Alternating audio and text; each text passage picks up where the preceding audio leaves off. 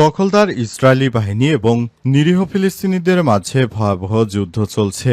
আর এই মুহূর্তে আমাদের হাতে এসেছে যুদ্ধের সবথেকে গুরুত্বপূর্ণ তাজা আপডেট সংবাদ। প্রথমেই জানাবো, গাজায় ইসরায়েলের ব্যাপক হামলা, ঢুকছে ট্যাঙ্ক।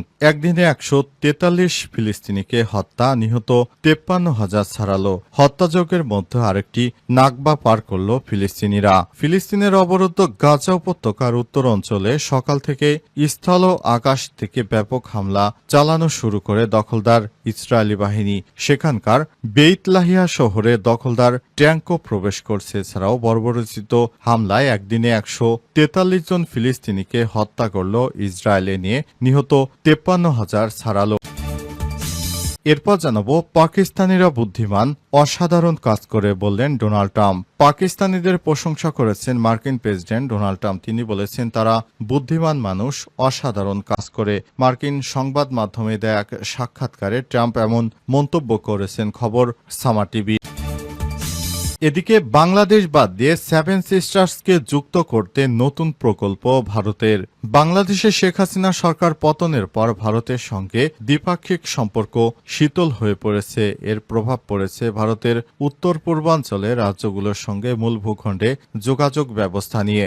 বাংলাদেশের ভেতর দিয়ে যোগাযোগের ভবিষ্যৎ অনিশ্চিত হয়ে পড়ায় ভারত এখন নতুন করে মিয়ানমার হয়ে সমুদ্রপথে বিকল্প সংযোগ প্রতিষ্ঠার পথে এগুচ্ছে। জানাবো, ভারতে 90 বাংলাদেশিকে আটকের দাবি। ভারতের উত্তরপ্রদেশের মাথুরা জেলা থেকে 90 জন বাংলাদেশি নাগরিককে আটক করেছে দেশটির পুলিশ। এক প্রতিবেদনে তথ্য জানিয়েছে ভারতীয় সংবাদ মাধ্যম দ্য ইন্ডিয়ান এক্সপ্রেস। এবং সর্বশেষ জানাবো, উপদেষ্টা আসিফ মাহমুদকে নগর ভবনে অবাঞ্ছিত ঘোষণা। উচ্চ আদালতের রায় ও নির্বাচন কমিশনের প্রজ্ঞাপন অনুযায়ী ঢাকা দক্ষিণ সিটি কর্পোরেশন ডিএসসিসি মেয়রের দায়িত্বে ইশরাক হোসেনকে বুঝিয়ে দেওয়ার দাবি জানিয়েছে তার সমর্থকরা। দ্বিতীয় দিনের মতো অবস্থান কর্মসূচিতে ইশরাক হোসেনকে ঢাকা দক্ষিণ সিটি কর্পোরেশন ডিএনসিসি মেয়র পদে না বসানোয় স্থানীয় সরকার মন্ত্রণালয়ের উপদেষ্টা আসিফ মাহমুদ, সজীব ভুঁইয়া তার সচিব রেজাল মাকসুদ জাহেদীকে নগর ভবনে অবাঞ্ছিত ঘোষণা করা হয়েছে। প্রিয় দর্শক, এতক্ষণ শুনছিলেন সংবাদ শিরোনাম, এবারে বিস্তারিত। তবে তার আগে বন্ধুরা, অনুরোধ থাকবে এই সংবাদটিতে একটি লাইক দিন। এই চ্যানেলে আপনি নতুন হয়ে থাকলে আমাদের সংবাদটি দেখতে দেখতে চ্যানেলটি সাবস্ক্রাইব করে রাখুন। কমেন্ট করে বন্ধুরা আপনার মূল্যবান মতামত জানিয়ে দিন। আর বন্ধুরা, গাজা যুদ্ধে আপনি যদি নিরীহ ফিলিস্তিনিদের ভালোবেসে থাকেন, কমেন্টে ইয়েস লিখে বিশ্ববাসীকে জানিয়ে দিন। সংবাদটি আপনার সোশ্যাল মিডিয়া, ফেসবুকে বন্ধুদের মাঝে শেয়ার করে সবাইকে দেখার সুযোগ করে দিন। এবারে বিস্তারিত। গাজায় ইসরায়েলের ব্যাপক হামলা, ঢুকছে ট্যাঙ্ক। একদিনে 143 জন নিরীহ ফিলিস্তিনিকে হত্যা, নিহত 53,000 ছাড়ালো। হত্যাযজ্ঞের মধ্যে আরেকটি নাকবা পার করল ফিলিস্তিনিরা। ফিলিস্তিনের অবরুদ্ধ গাজা উপত্যকার উত্তরাঞ্চলে আজ সকাল থেকে স্থল ও আকাশ থেকে ব্যাপক হামলা শুরু করেছে দখলদার ইসরায়েলি বাহিনী। সেখানে বেইত লাহিয়া শহরে দখলদার ট্যাঙ্কও প্রবেশ করছে। এছাড়া বর্বরোচিত হামলায় একদিনে 143 জন ফিলিস্তিনিকে হত্যা করল ইসরায়েল। এ নিয়ে নিহত 53,000 ছাড়ালো। অন্যদিকে উচ্ছেদ ও হত্যাযজ্ঞের মধ্যে আরেকটি নাকবা পার করল ফিলিস্তিনিরা। গাজার উত্তর অঞ্চলের বেইত লাহিয়ার সাধারণ মানুষ জানিয়েছে, গত মার্চের পর উত্তর গাজায় একটি ইসরায়েলের সবথেকে বড় হামলা। শুক্রবার সকাল থেকে ব্যাপক গোলাবর্ষণ ও মিসাইল ছোড়া শুরু করেছেন তারা।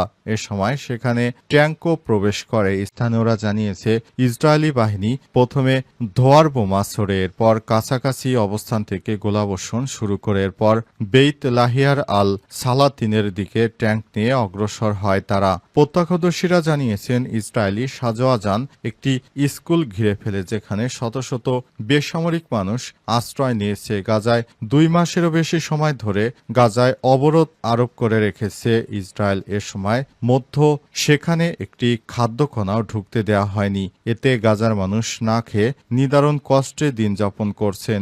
যুক্তরাষ্ট্রের পররাষ্ট্রমন্ত্রী মার্ক রুবিও বলেছেন, গাজার মানুষের অভুক্ত থাকার বিষয়টিও তারা উদ্বিগ্ন। তবে দখলদার ইসরায়েলের কঠোর সমালোচনা না করে মার্কিন পাকিস্তানিরা বুদ্ধিমান, অসাধারণ কাজ করে বললেন ট্রাম্প। পাকিস্তানিদের প্রশংসা করেছেন মার্কিন প্রেসিডেন্ট ডোনাল্ড ট্রাম্প। তিনি বলেছেন তারা বুদ্ধিমান মানুষ, অসাধারণ কাজ করে। মার্কিন সংবাদ মাধ্যমে এক সাক্ষাৎকারে ট্রাম্প এমন মন্তব্য করেছেন। খবর পাকিস্তানের জাতীয় সংবাদ মাধ্যম সামা টিভির।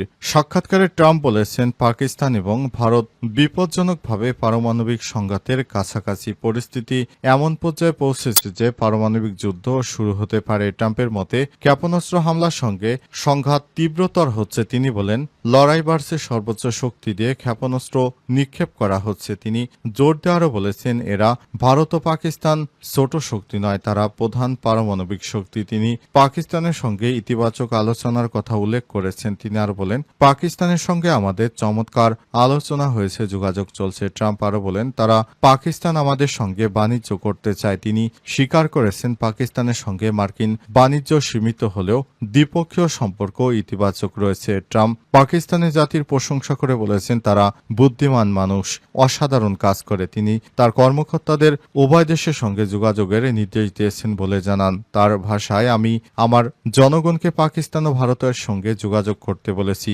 মার্কিন প্রেসিডেন্ট উভয় দেশকে বাণিজ্যের দিকে মনোনিবেশ করার জন্য উৎসাহিত করার কথা স্মরণ করিয়ে দেন। তিনি বলেন আমরা উভয় দেশকে বলেছিলাম আমাদের বাণিজ্য করা উচিত। একটি পৃথক বক্তব্যে ট্রাম্প দাবি করেছেন বাংলাদেশ বাদ দিয়ে সেভেন সিস্টার্সকে যুক্ত করতে নতুন প্রকল্প ভারতের। বাংলাদেশে শেখ হাসিনা সরকারের পতনের পর ভারতের সঙ্গে দ্বিপক্ষীয় সম্পর্ক শীতল হয়ে পড়েছে।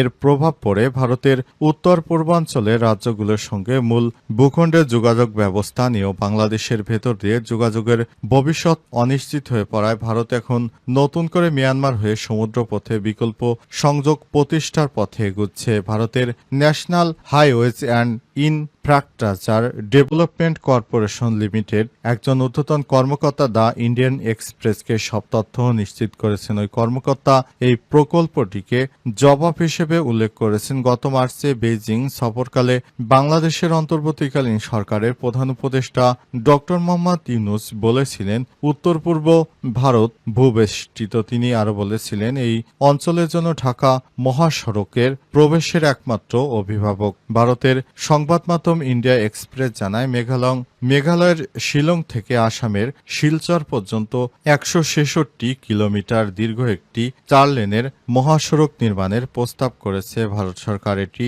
NH6 মহাসড়কের অংশ হিসেবে নির্মিত হবে। শিলং থেকে শুরু হয়ে এই সড়কটি যাবে ৫ গ্রাম পর্যন্ত। প্রকল্পটি ভারতের সড়ক পরিবহন ও মহাসড়ক মন্ত্রণালয়ের অধীনে বাস্তবায়ন করছে national highway and infrastructure development corporation limited. ২০৩০ সালের মধ্যে এর কাজ শেষ হওয়ার কথা রয়েছে।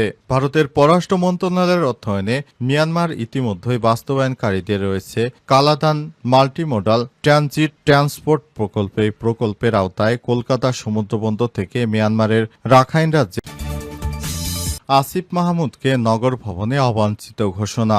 উচ্চ আদালতের রায় ও নির্বাচন কমিশনের প্রজ্ঞাপন অনুযায়ী ঢাকা দক্ষিণ সিটি কর্পোরেশন ডিএসসিসি মেয়রের দায়িত্বে ইশরাক হোসেনকে বুঝিয়ে দেওয়ার দাবি জানিয়েছে তার সমর্থকরা। তৃতীয় দিনের মতো অবস্থান কর্মসূচিতে ইশরাক হোসেনকে ঢাকা দক্ষিণ সিটি কর্পোরেশন ডিএসসিসি মেয়র পদে না বসানোয় স্থানীয় সরকার মন্ত্রণালয় উপদেষ্টা আসিফ মাহমুদ, সজীব ভূঁইয়া এবং সচিব রেজাউল মাকসুদ জাহিদিকে নগর ভবনে অবাঞ্ছিত ঘোষণা করা হয়েছে। আজ ঢাকা দক্ষিণ সিটি নগর ভবনে ঘোষণা দেন ইশরাকের সমর্থকরা।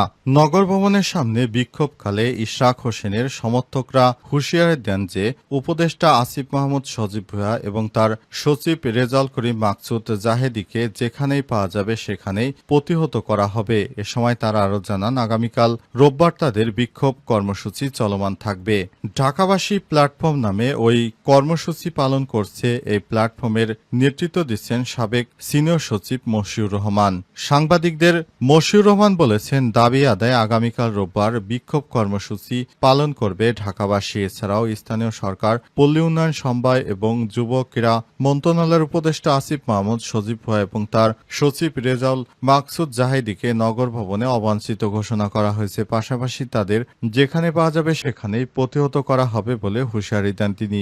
ডিএসসিসির নগর ভবনে স্থানীয় সরকার মন্ত্রণালয়ের অস্থায়ী দপ্তর, সেখানে দাপ্তরিক কাজ করেন উপদেষ্টা আসিফ মাহমুদ সজীব ভুঁইয়া। তবে ইশরাকের অনুসারীরা টানা বিক্ষোভ ও অবস্থান কর্মসূচির কারণে নগর ভবনে যাননি আসিফ। উল্লেখ্য 2020 সালের 1 ফেব্রুয়ারি ঢাকা দক্ষিণ সিটি কর্পোরেশন নির্বাচন হয়। নির্বাচনে আওয়ামী লীগের প্রার্থী শেখ ফজলে নূর তাপসকে বিজয়ী হিসেবে মেয়র ঘোষণা করা হয়। সংক্রান্ত নির্বাচন কমিশন গেজেট চ্যালেঞ্জ করে 2020 সালের 3 মার্চ তাপস প্রধান নির্বাচন কমিশনার সহ 8 জনকে বিবাদী করে নির্বাচন ট্রাইব্যুনালে মামলা করে। বিএনপির প্রার্থী ইশরাক হোসেন ওই নির্বাচন